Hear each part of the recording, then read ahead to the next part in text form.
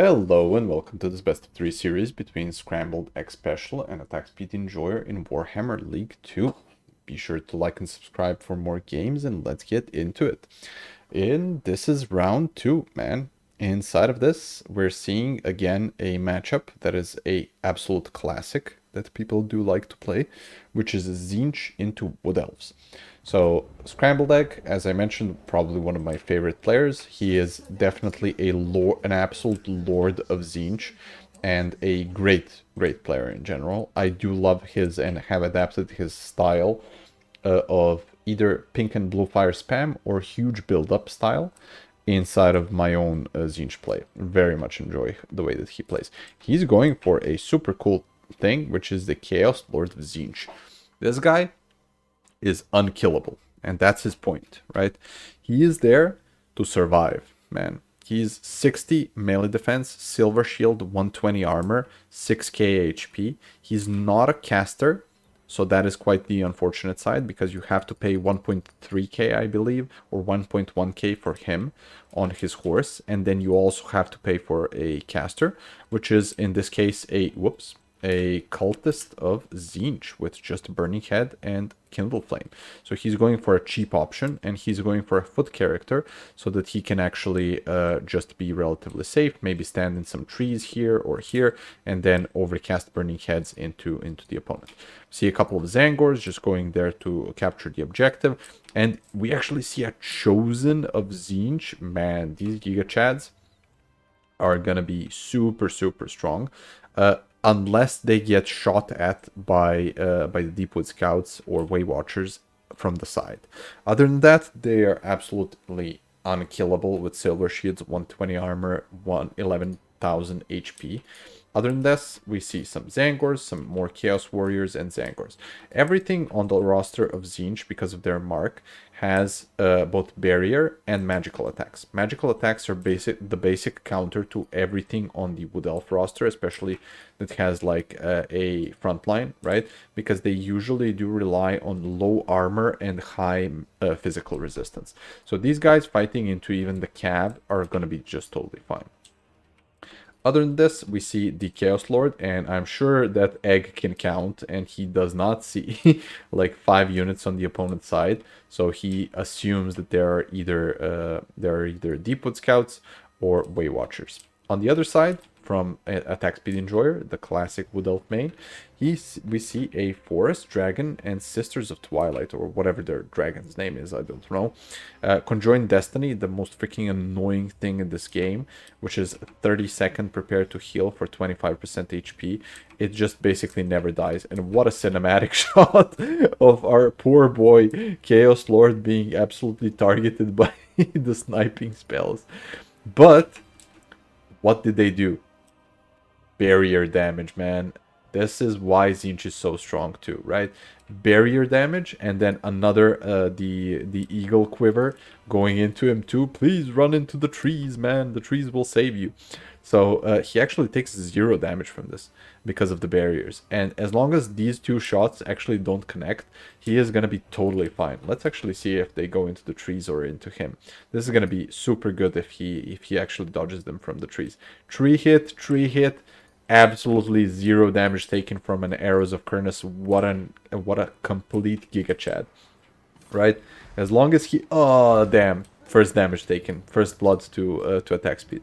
But yeah, other than this, we see a couple of Deepwood Scouts, classic Waystalker, then a couple of Eternal Guard, and Wildwood Rangers. In the back, we see a Caster of Shadows. Shadows there to spam Malcots on the other side of the cap. Potential dodge of the breath. Yeah, he moves away so that attack speed actually stops the breath. You don't want to have anything onto your side, and this is a good play also from the side of attack speed. He knows that basically nothing can contest the current dragon here, and the cultist is actually immediately taken offline with being terrified. But the Chaos Lord is here to party. He absolutely claps into stuff like these dragons. So as long as the cultist doesn't run off the battlefield, which he did come back, he is gonna be totally fine. He does break, and it's time to sound the horn of war. You gotta move forward now, especially with the Sisters of Twilight bullying your caster so much. But we do see the Chaos Lord actually giving it totally back into the Sisters of Twilight. As I said, he is there to fight something that is huge, and he actually parks the Marauder Horseman inside of the Cultist to stop him from moving as much, and also makes him rally with the flanks not being exposed. Damn, what a good play. What a great play from the side of Egg. If he also keeps up the warp flame damage on the Sisters of Twilight, they might not even be properly able to heal with their conjoined destiny, right? So as long as he goes into the air and then starts shooting into the cultist again, they're gonna be fine. We also see another forest dragon, which again, great fighter, armor piercing damage. They're gonna be bullying the Zangors, especially with the pew pew from it. But as long as the cultist is there, that is still a good thing. He did send in the Waystalker to potentially try and finish off the cultist, but still, he got caught by the Chaos Lord Tzeentch, great fighter. It's unfortunate that their fight is in the trees. Conjoined Destiny is probably going to be very soon here, so as long as he takes just one more volley and doesn't die in the meantime, it's now time for the Conjoined Destiny, right? Unless this is still not like 20% of their HP, potentially not. On the other side, we just see a couple of Chaos Warriors. Where are the Chosen? That is what I am interested in. These aren't Chosen. Oh, they're the Chosen. Oh my god, they're full HP. There's nothing that can contest these Chosen, especially with Deepwood Scouts basically being pushed back and just fighting there. Wild Riders coming in here, but this is Chaos Warriors and Chosen Warriors. They're just not going to have enough time. This is very unfortunate for the side of the Sisters of Twilight. They still aren't inside of the potential percentage of their HP potentially being there to heal. And Chaos Warrior just bullying the Waystalker, right? Oh my god, what is he doing? This is a potential misplay, right? If this guy goes in close to the Waystalker and the Waystalker actually notices him, but he breaks, very nice. So the Chaos Warrior, the Chaos Lord of Tzeentch, actually with his 28 melee attack, exhausted in terrain, ends up RNGing down the Waystalker in the trees, which is very nice. And here comes the Conjoined Destiny, the most annoying heal in the game. Whenever these guys get low, below 20% HP, they just heal for 25% of their HP, so they're just kind of unkillable. Though, the Sisters going in, probably not enough to pay for themselves, especially not now. They're going into the Chaos Warriors. Chaos Warriors are getting charged by the Wild Riders. These guys will crumble, but what is going to stop these Chosen here, right? Nothing is killing the dragon. He has a double cap. It's still pretty early in the game, and this is where you potentially lose the game as Tzeentch, right? Because you start moving into your opponent's side of the map, right?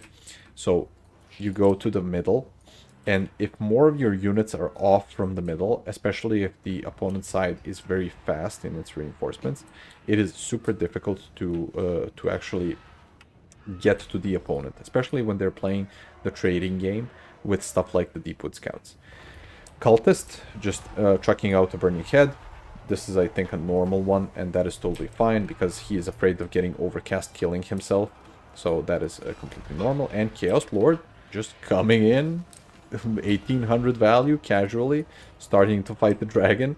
And Egg basically has nothing else that can fight anything that's big, right? He's just relying on his Chaos Lord, but Double Dragon is still way too much for him. He needs to flee, and he does flee the scene. Other than that, we just see a couple of the Marauder Horsemen bullying the Wildwood Scouts, the Wildwood Rangers, and we also see a Warrior just chasing down these Deepwood Scouts. So this guy is going to be out of the game for the entirety of the game. These guys are never going to die. They can just stand on that objective and be totally fine.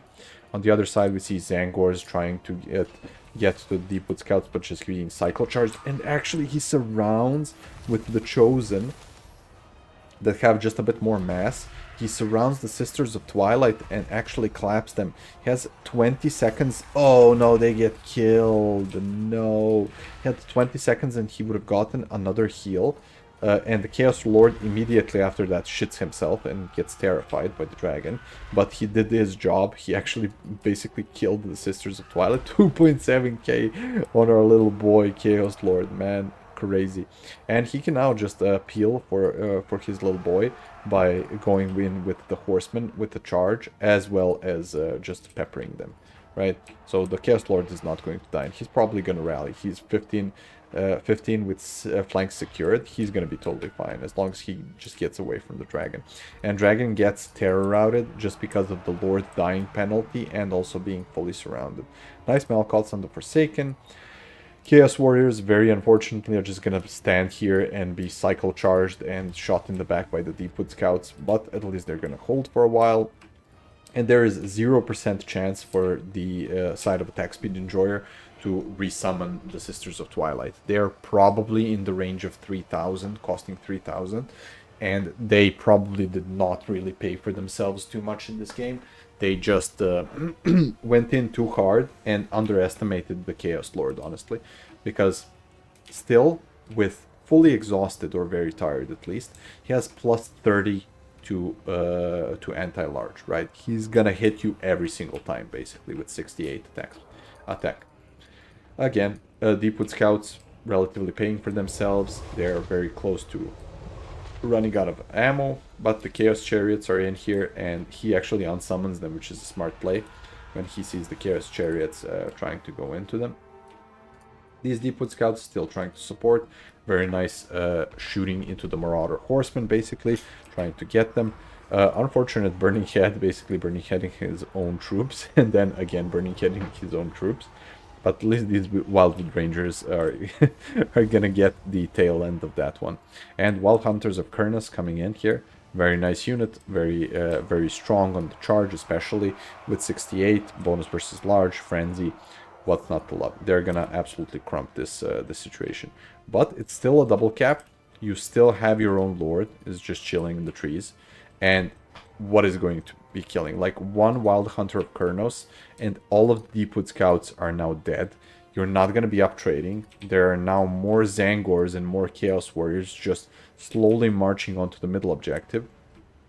There's nothing on the back objective, but it's such a far ways out, and you still win on 2 cap, so you don't really have the incentive to try and go for your opponent's back cap currently, especially with so many strong units just standing there and being a tar pit entirely for this.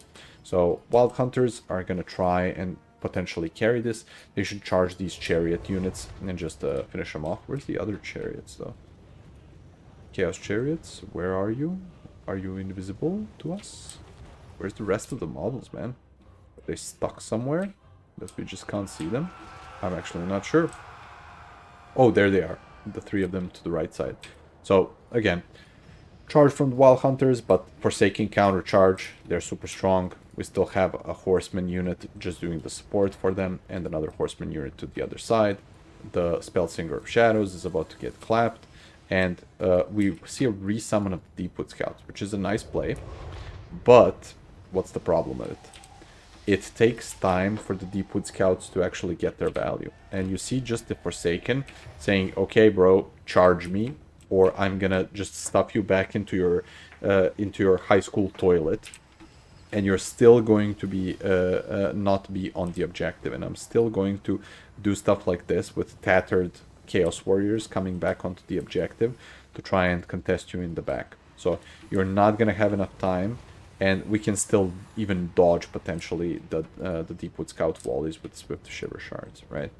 So there's just too much here. And he can potentially even, yeah, he's just moving his Lord to be as a scout to the side to see if there's anything coming in. And yeah, exactly at that time, a Glade Rider unit gets summoned to go into the back. So this is just going to be a bunch of waiting now. And yeah, we can speed up a bit. It is going to be a couple of skirmishing units here, just sacking a Zangor into the Deepwood Scouts to keep them away. And he just has overwhelming odds with the Wild Hunters charging into Zangors, but it's not going to be enough. He actually does end up losing his Lord for the Scout, but even with the Lord loss penalty, all of these guys are totally fine. They have 75 base leadership. Minus 16 is not going to be that much. Or if he doesn't even die and just flees, it's going to be minus 10. So it's not even that much of a penalty, right? When you look at the entire thing. Sorry, that's me, not you. And we're just kind of waiting for the unfortunate thing of these guys getting caught, getting kited by the Marauder Horsemen, and this is going to be just too slow potentially for the side of attack speed. Even though he did uptrade at most of the points in the game, these Wildwood Rangers, by the time that they get here, it's going to be like 1300 or 1400 on the board. These guys are already dead. There's 2 Fury units that are going to be patrolling and scouting this side, and there's just too much capture weight on the middle objective here. We're the Chosen, though. I wonder how they did. Probably not that amazingly, but we can just potentially just speed up a bit here. And even with him winning against these Wild Riders and these Zangors coming back in, if they just charge these guys, they're going to die. And he's going to even contest his opponent's back objective now. Furies, again, pretty bad here, but they are there to sacrifice themselves and tar pit until the infantry gets into the fight, and attack speed basically taps out.